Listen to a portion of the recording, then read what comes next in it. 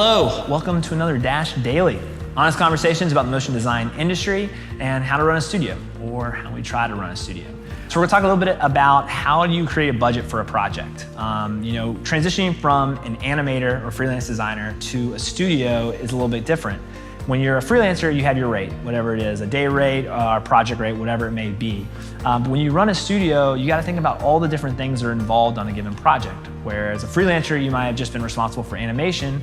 Now you gotta start thinking about all the different meetings you're gonna have, all the different people you're gonna have to contact. Are you gonna have to bring in a writer? Are you doing the writing? But basically you think about all the jobs involved in the project, how many hours are involved for each of those roles, and then charge an hourly rate for each of those positions. Now, as a studio, even if you're a small studio, you might be responsible for doing a handful of those tasks, but you still have an hourly rate for doing that. And so what you end up doing is you estimate all the number of hours with overhead, so not just what your freelance rate would be, but with overhead to cover costs of running a studio.